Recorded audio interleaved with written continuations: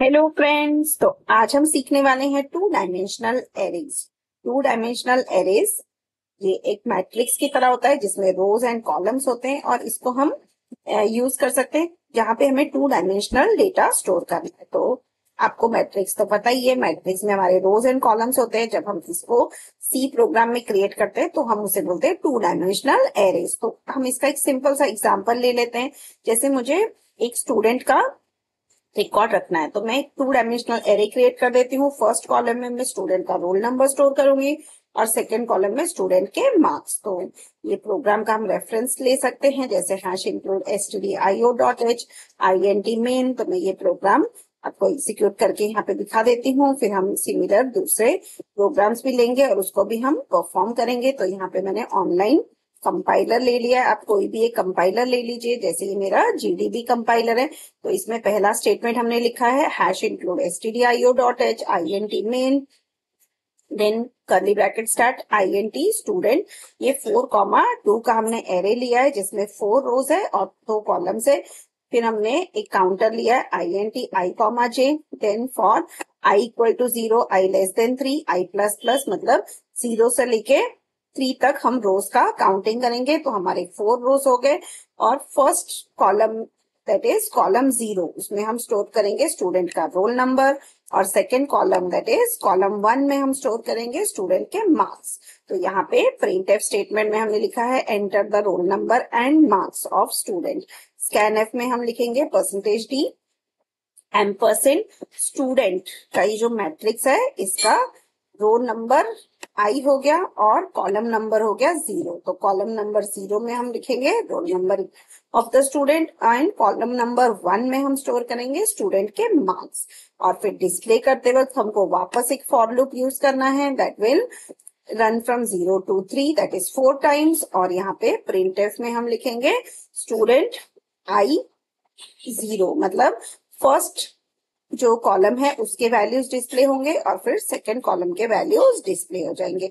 तो ये प्रोग्राम को आप रन कर लीजिए। जैसे आप रन करेंगे तो आपको स्टूडेंट के मार्क्स एंटर करने हैं। तो यहाँ पे मैंने रोल नंबर एंटर किया 1 और मार्क्स लिया 45, roll number 2 marks 56, roll number 3 marks 78 and roll number 4 and marks हमने एंटर किया है 76। तो यहाँ पे जब मैं एंटर करूंगी तो ये देखिए सारे स्टूडेंट के रोल नंबर और मार्क्स मैट्रिक्स की तरह यहाँ पर डिस्प्ले हो गया। तो ये हमारा मैट्रिक्स का यूज है जिसको हम टू डायमेंशनल एरे से करते हैं।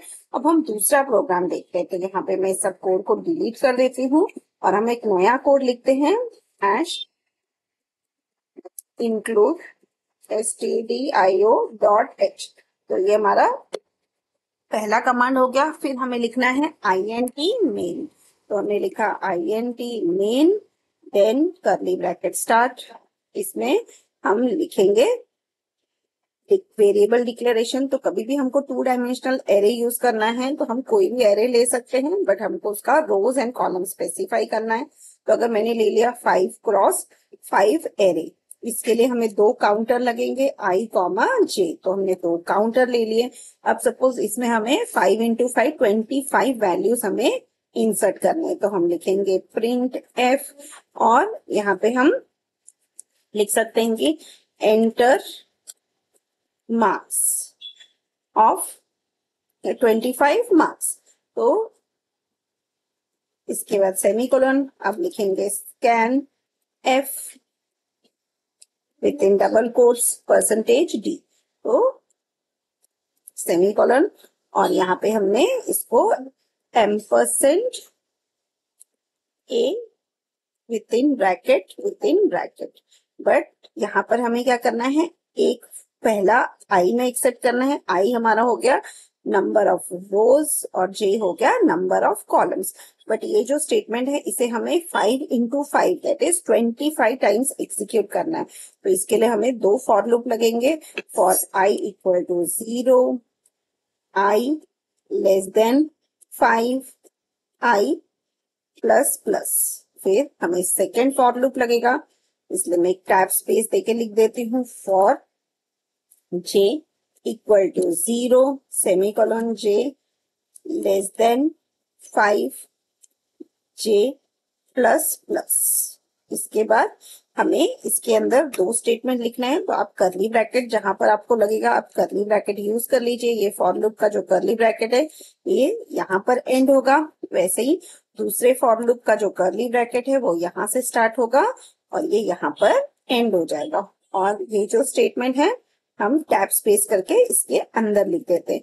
तो अब इतना जो कोड है ये हमारा क्या करेगा, 5 इंटू 525 वैल्यूज को मैट्रिक्स में डालेगा। अब हम इसे डिस्प्ले करेंगे, तो डिस्प्ले करने के लिए आप इसको कॉपी कर लीजिए। इसके बाद ये कोड को आप यहाँ पे वापस पेस्ट कर दीजिए। अब आपको सिर्फ प्रिंटफ में ये जो वैल्यूज है इसको आपको डिस्प्ले करना है। तो आप लिख सकते हैं स्लैश, यहाँ पे आप लिख सकते हैं %d और कॉमा, और ये जो वैल्यू था ए आई ब्रैकेट में जी। तो ये वैल्यू यहाँ पे डिस्प्ले हो गया। अब इसमें स्कैन की तो जरूरत नहीं है इसलिए मैं इसको हटा देती हूँ। ये देखिए, तो अब वैल्यूज हमारे डिस्प्ले हो जाएंगे, लेकिन ये एक लाइन में डिस्प्ले होगा। तो इसको अलग अलग लाइन में कैसे डिस्प्ले करना है वो भी मैं आपको दिखा देती हूँ। यहाँ पर आपका नेक्स्ट जो रो है और यहाँ पे आपको थोड़ा सा स्पेस देना है, तो आप यहाँ पे एक स्पेस दे दीजिए और फिर एक रो खत्म होने के बाद हम यहाँ पर प्रिंटफ के अंदर डबल कोट्स में \n लिख देंगे। तो जो नेक्स्ट रो है वो नेक्स्ट लाइन में डिस्प्ले होगा। अब देखते हैं इस कोड में कुछ एरर तो नहीं है। हाँ, यहाँ पर हम लिख सकते हैं रिटर्न 0। तो रिटर्न 0 बिकॉज हमारा प्रोग्राम में हमने INT मेन लिखा है, तो हमें रिटर्न 0 लिखना जरूरी है। अब हम मार्क्स एंटर करते हैं, तो 25 मार्क्स मुझे एंटर करनी है। ये देखिए स्टेटमेंट 25 टाइम्स रन हो जाएगा। तो देखिए यहाँ पे मेरा मार्क्स एंटर हो रहा है 25 टाइम्स।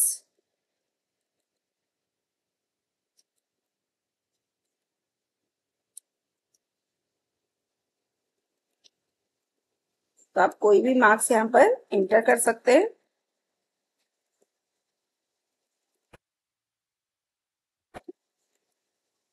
ये देखिए अब ये मैट्रिक्स के फॉर्म में ये जो मार्क्स थे वो हमारे डिस्प्ले हो गए।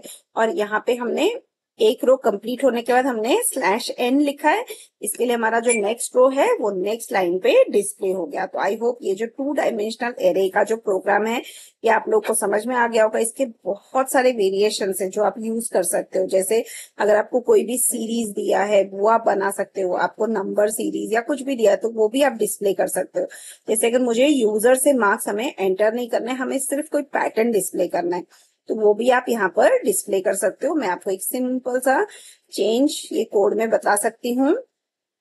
आपको क्या करना है, ये सेम प्रोग्राम मैंने ऑलरेडी कमेंट्स में दिया हुआ है, आप वहां से भी इसको ले लीजिए। और मैं GDB कंपाइलर ओपन कर देती हूँ। यहाँ पे मैंने C कंपाइलर ओपन कर दिया। अब मैं इस कोड को यहाँ पे पेस्ट करती हूँ। इसमें थोड़ा सा हम वेरिएशन करेंगे, हम यूजर से एक्सेप्ट ही नहीं करेंगे वैल्यूज, हम सिर्फ एक पैटर्न डिस्प्ले करेंगे। तो ये देखिए, for I = 0, I <5, for J = 0, J <5। हमें सिर्फ ये जो I और J का वैल्यू है ना वो डिस्प्ले करना है। तो हम यहाँ पर इसको एरे में स्टोर करके फिर वापस हम डिस्प्ले भी कर सकते हैं। तो अगर मैंने इसे एरे में पहले मैं स्टोर कर देती हूँ, तो स्टोर करने के लिए मुझे क्या करना है, यहाँ पर प्रिंटफ स्टेटमेंट लिखना ही नहीं है। यहाँ पे मुझे लिखना है A I, AIJ = हम यहाँ पर वैल्यू स्टोर कर सकते हैं। जैसे मैंने I का वैल्यू स्टोर कर दिया तो I का वैल्यू कंटिन्यूसली स्टोर हो जाएगा। और अगर मुझे J का वैल्यू स्टोर करना है तो मैं इसमें J का वैल्यू भी स्टोर कर सकती हूँ और फिर बाद में उसको हम डिस्प्ले भी कर सकते हैं। तो आई होप ये कोड एग्जीक्यूट तो जरूर होगा। एक बार इसको रन करके देख लेते हैं। ये देखिए, अब मैंने इसको रन कर दिया तो यहाँ पे एक पैटर्न डिस्प्ले हो गया है। जैसे फर्स्ट रो में 1 to 4, 0 to 4, सेकेंड में भी 0 to 4, ऐसे करके हमारा पैटर्न डिस्प्ले हो रहा है। और इसके बदले में आप कोई भी और पैटर्न भी डिस्प्ले कर सकते हैं। जैसे आपको एग्जाम में दिया है कि कोई एक पैटर्न आपको डिस्प्ले करना है, तो 1 2 3 4, अगर आपको ऐसे दिया है कि 1 2 3 4 5, 1 2 3 4 5 ऐसे डिस्प्ले करना है, तो यहाँ पे आप इसको J+1 कर दीजिए और फिर वापस से रन कर दीजिए। तो ये देखिए आपका यहाँ पर 1 2 3 4 5 का पैटर्न डिस्प्ले हो जाएगा। तो ये हमारा मल्टी डायमेंशनल एरे का यूज है। यहाँ पे हमने 2 डायमेंशनल एरे बनाया है। रोज ये हमारे 1 to 5 रोज हो गए और यहाँ पे 1 1 जो स्टोर हुआ है ये हमारे कॉलम्स हो गए। So I hope this program was interesting. ये दोनों मैंने कमेंट सेक्शन में डाल दिया, आप वहां से प्रोग्राम का रेफरेंस ले लीजिए। Thank you.